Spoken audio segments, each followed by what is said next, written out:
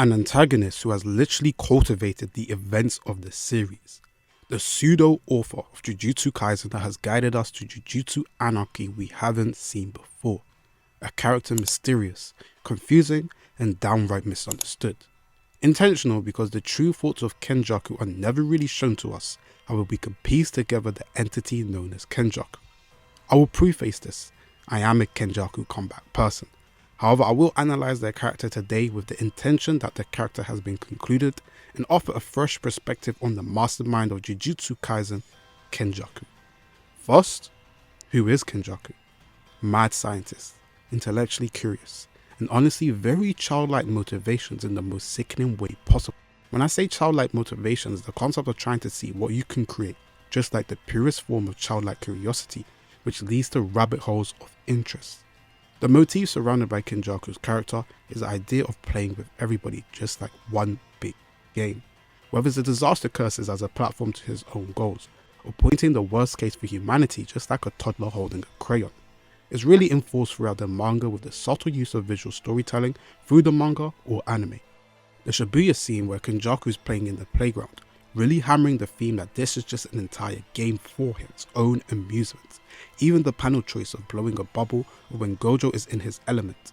The continuous imagery of lacking fun is surrounded with his character, and his motivation is consistent, but his character can be very whimsical. One day he's planning the next age of humanity. The next he's doing comedy shows with Takaba. He's then talking philosophy with Mahito, and the next doing jumping jacks with Mahito. A character so complex and such quick shifts in their character, it's so easy to lose sight of Kenjaku. So I say again, who is Kenjaku? Well, back to the basics. A character who's intellectually curious and has a plan to optimize curse energy, but Kenjaku is also Narutoshi Kama. Kenjaku is also Geto Suguru, and Kenjaku is also Kyori Itadori.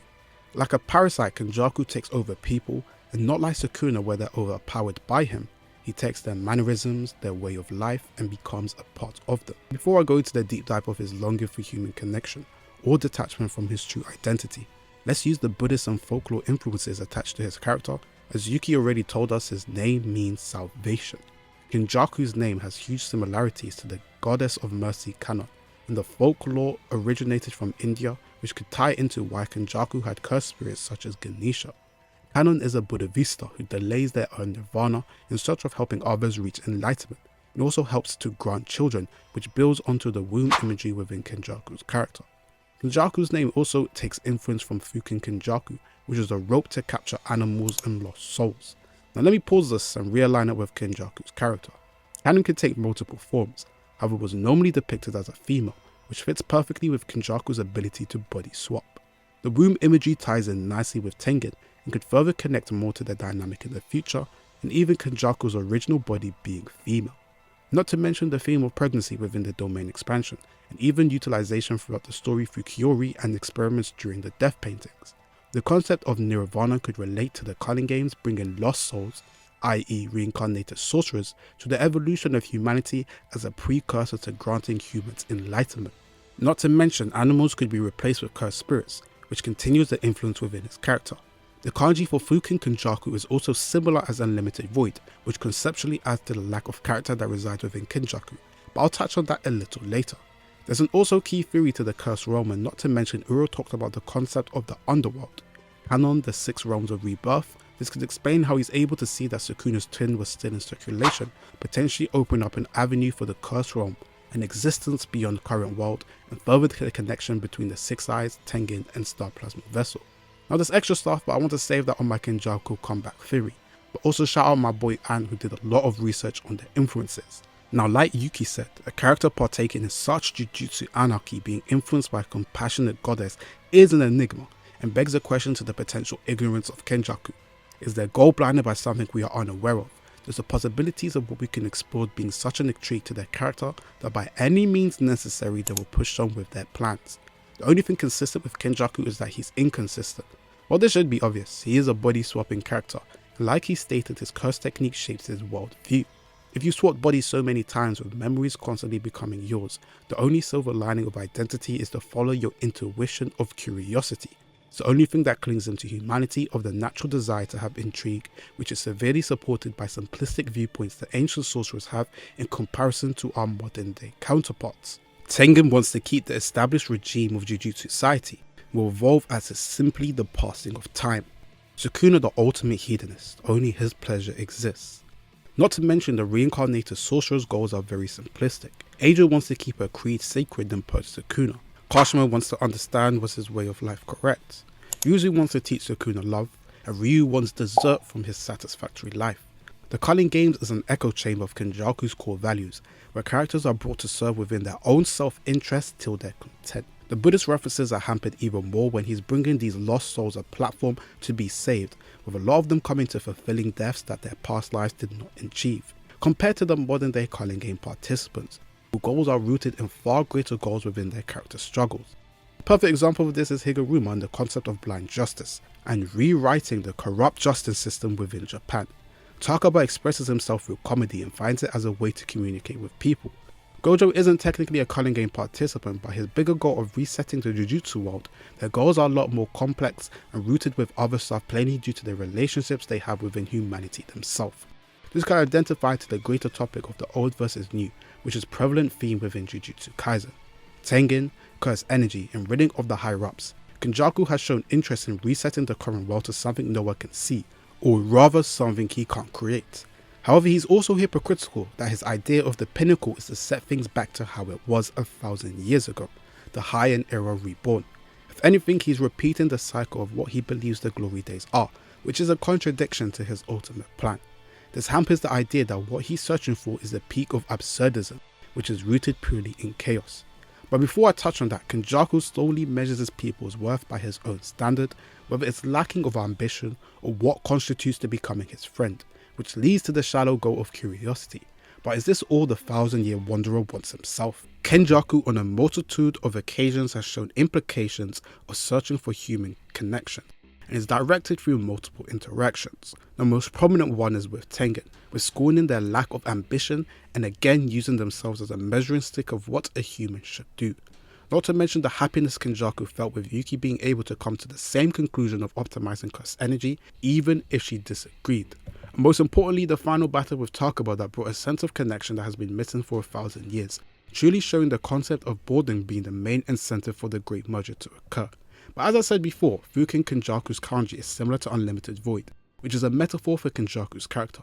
He's a void, or rather he lacks the ability to fully connect with humanity because they don't meet his measuring stick of being a compatible friend.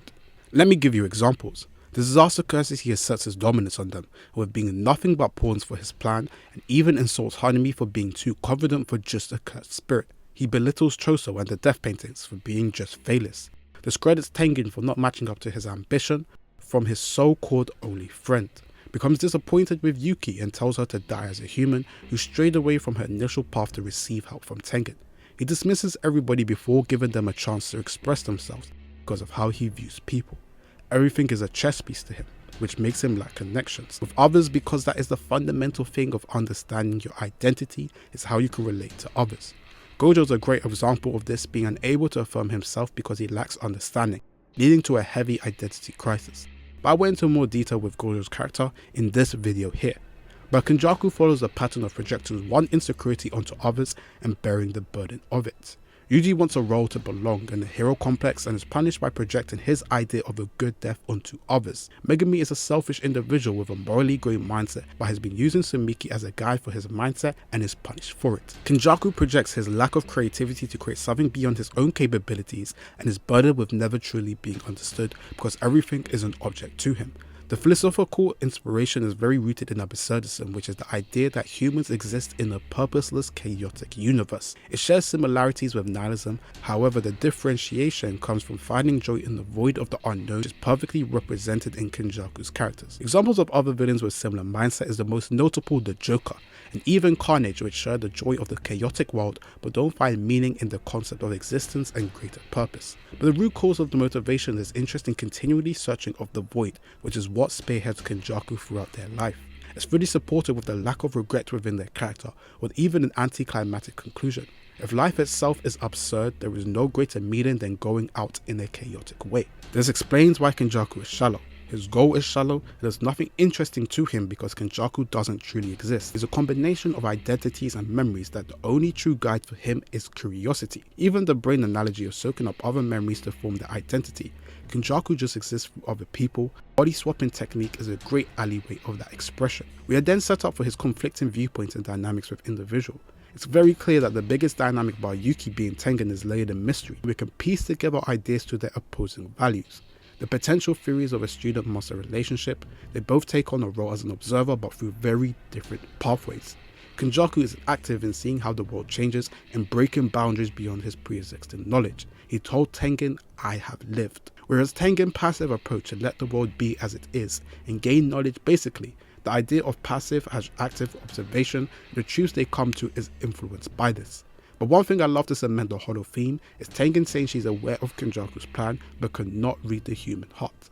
This was meant in a general sense, but it being directed of the plan of Kenjaku further my point of the conflicting nature of Kenjaku. It's even taken to a step further when Mahito on 2 occasions, when he's with the prison realm, looks at Kenjaku funny when he talks about his plan, and his final quote of "I knew this already, I am from the hatred of humans," knowing that there is a multiple facet layer of how Kenjaku views everybody else. The biggest example of this is a relationship with Yuji. One day is "Thank you for getting on with my son, it's I expect great things from you." The next is Yuji has served his purpose, he is the eye of the storm. Granted, the conversation could have been just to rattle Choso, but the point I'm trying to hammer in is Kenjaku is whimsical, conflicting, and downright confusing to truly know what they believe. And that's because his entertainment is the driving factor, so he's quick to detach from people if his interest isn't piqued. Now, the trope assigned to Kenjaku's character is primarily the mastermind trope, and granted he's the conductor of pretty much every major event in the series. Whether it's finding the twin of Sukuna, making Sukuna's vessel, finding Geto's body, death painting experiments, and according to Tengen having a part to play in Toji stopping Riko, and most importantly stealing of Gojo that led to the culling game. I like that he's also a slight subversion of the trope, with a lot of the things coming to him is opportunistic. Geto's body, HR user, are the most prominent examples, but they are game-changing things that spearheaded his entire plan. A mastermind trope can be slightly overdone for me when it's just "I did this already," but the sheer part of things being a helpful coincidence from years of waiting and planning makes his entire goal have even greater substance because the stars really did align within this one timeline. But now we get to his grand goal, which is the merger, an optimization of cursed energy to reach the pinnacle of chaos he cannot control. But before we discuss the merger, we have to discuss his direct opposition being Yuki. They both have the respective delegates for the ideals being Toji and Maki, is Yuki's example. And Sukuna's optimization of cursed energy is Kenjaku's example. Yuki has been trying to experiment on the HR users as a platform to reach her core ideas. Comparatively, Kenjaku's experiments have all been in the interest of optimizing cursed energy. It can be shown through the death paintings, Chozo's nose tattoo, Esso's extra limbs, and Ketchuku's stomach mouth, and finally Yuji's build. If you add them all together, you get Sukuna, who's the pinnacle of optimizing cursed energy, with a deformed body but without losing bodily functions. Both have had moments of enlightenment and experienced freedom from the confines of cursed energy. Maki in the most simplistic manner from being free from curses, Sukuna on multiple occasions breaking the barrier of understanding to how we view cursed energy. They both have showcased 2 opposing ideals, which is why their mini conflict is important. Sukuna says this is the first time a role has been placed upon him and need to prove that one is more significant. It could be an extension of Kenjaku Yuki's clash where Kenjaku Want, further highlighting the optimization of cursed energy is the desirable outcome. But this is just the surface of how the dynamic is intertwined throughout the story, but it's expanded upon during the initial talk in Shibuya. They both take in great interest in the new measures of cursed energy, and both have been pivotal characters to exploring the intricacies of the power system. What is the next stage of humanity? Both ideas are plausible and rooted through 2 scientific characters who want to change the status quo. Yuki's priority is them to stop the root cause of the suffering, which could be extended to her responsibility as a star plasma vessel. She's played a passive role in actual Jujutsu affairs, and primarily her motivation of being involved are selfish focus within her own goals, but also rooted in something beneficial for the world and extended to self-sacrifice, which seems as a moment of atonement for leaving things to get so bad. Don't misunderstand what I mean. Yuki doesn't owe anyone anything. However, she seems to take a degree of blame for the star plasma vessel cycle continuing with her own death, literally destroying the tomb of the star, freeing them from their suffering. But let's switch this to the other aspect of Kenjaku, who has stated multiple times interest in the merger is primarily rooted in seeing the unknown. Kenjaku is happy at another individual trying to understand his ambition, but also puts people down as for not matching up to his degree of ambition. However, the arc revolves around Choso as well, who is the product of Kenjaku, who was never given the chance to bloom beyond his respective role. This is where Yuki comes in and validates his existence, and to free herself from the guilt of being absent in the Jujutsu world to provide a way out for Choso. Sacrifice for no reason in comparison to sacrifice as a human being, Yuki becomes more grounded and sets up a pathway for Choso to fulfill his role as an older brother to save Yuji. She neglects her goal in prioritizing bonds, and the essence of freeing Choso from the curse takes on the burden of suffering, whereas Kenjaku caps people at their potential and is heraldly a conductor for his own boredom. Choso was never given the liberation to become anything more than what Kenjaku expected, applied to the Culling Game participant. Fake Uro said it best: "You brought us back to take our lives again." And same can apply to Choso, who was brought back in the essence of being a pawn, never with the intention to grow beyond Kenjaku's parameters. Kenjaku compares it to people being seasoning and water, something he can add to provide more flavour, but so easily can remove. His way of living is to see what he cannot be seen by the unknown. But I've said this a couple times already, but the connection Yuki and Kenjaku share is rooted in Tengen, the everlasting tree that holds the boundaries of what Jujutsu Kaisen is. The traditional sense of the old versus the new, and the two explorative mindsets beyond the old being Yuki and Kenjaku, fight towards a new future. The concept of souls being impactful with Kenjaku's accumulation of souls to bring a higher life form, where Yuki can hear the souls of the Star Plasma Brethren, a connection she shares that is bounding her to something personal. The underlying theme throughout the three characters is what is the right path for humanity. Tengen has rooted herself to the path of an observer and only gets involved if the balance of the world is at stake, leading to proactive measures to stop Kenjaku. Yuki denies her fate as a vessel to live freely within her own means, but also takes responsibility as a Star Plasma vessel to reset the issue to prevent others from being bounded by responsibility attached to their character. However, Kenjaku is a complete outlier. He'll cultivate these pawns in the essence for a means to the end, and he doesn't value connections and only sees interest in those with potential while he held stock into Higuruma. The overarching narrative is what is the correct way to live as a human, and is highly evident with their respective means to their goals. But with Kenjaku winning, does that mean their ideologies are wrong? Not necessarily, as there is plenty alleyways for Yuki post-death to have an impact on the series. Not to mention the same for Kenjaku and Tengen, with the tidbits of their dynamic being shown throughout the story. My expectation will be explored later on in the future. The ending of the cycle, or rather in Kenjaku's case repeating the ages of chaos, to bring a phenomenon that hasn't been seen before, provided multiple opportunities that at the end of the day, there is no right answer. It speaks to a key idea pushed throughout the story.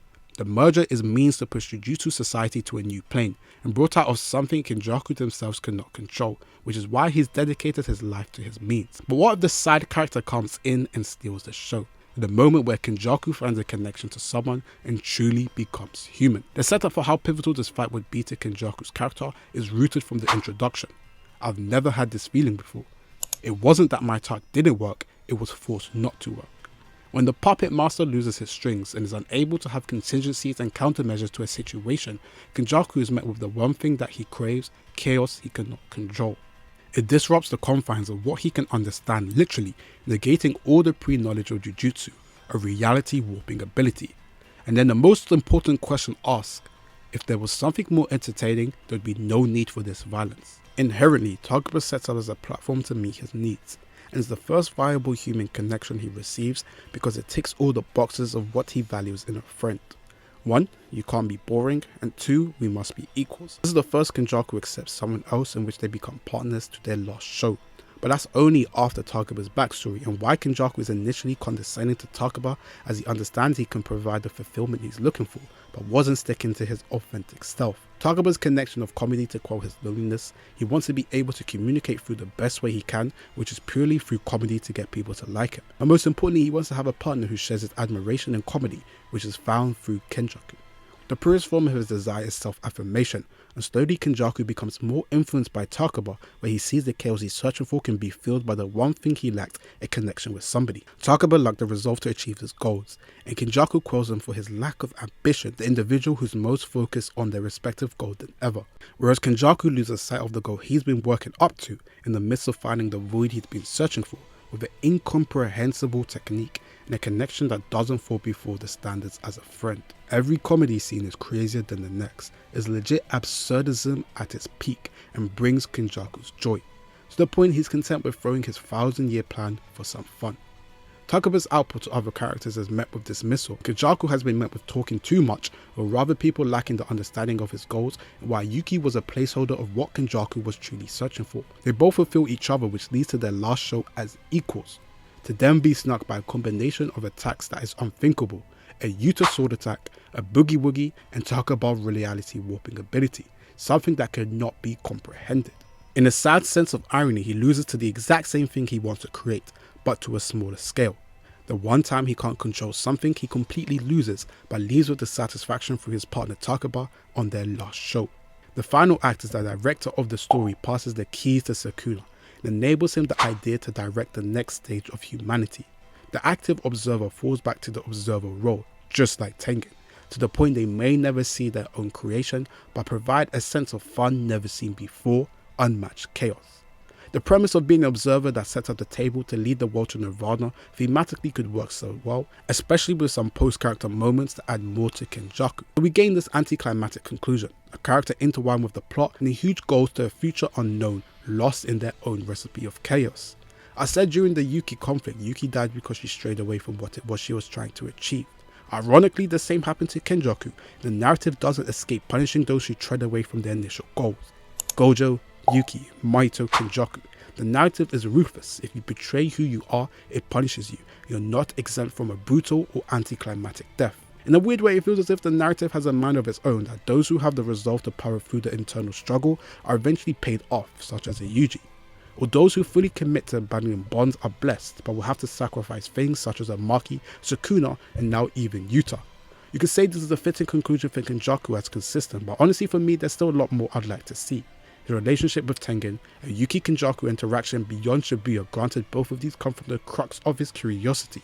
I guess it's just things I was interested in his character before a potential backstory for flesh those things out. With his character being shadowed lacking dynamics due to how he's structured, the final moments connecting to the past or even just moments of him rambling is with my selfish opinion of wanting more of Kenjaku. Ultimately this leads to my big theory of him being the narrator, especially as the only main character who has no narration about himself within the story. However, this isn't a Kenjaku comeback video, so if you'd like to see that, let me know in the future. I also added memberships, so if you'd like to support the channel, it'd be greatly appreciated, and thank you guys for watching.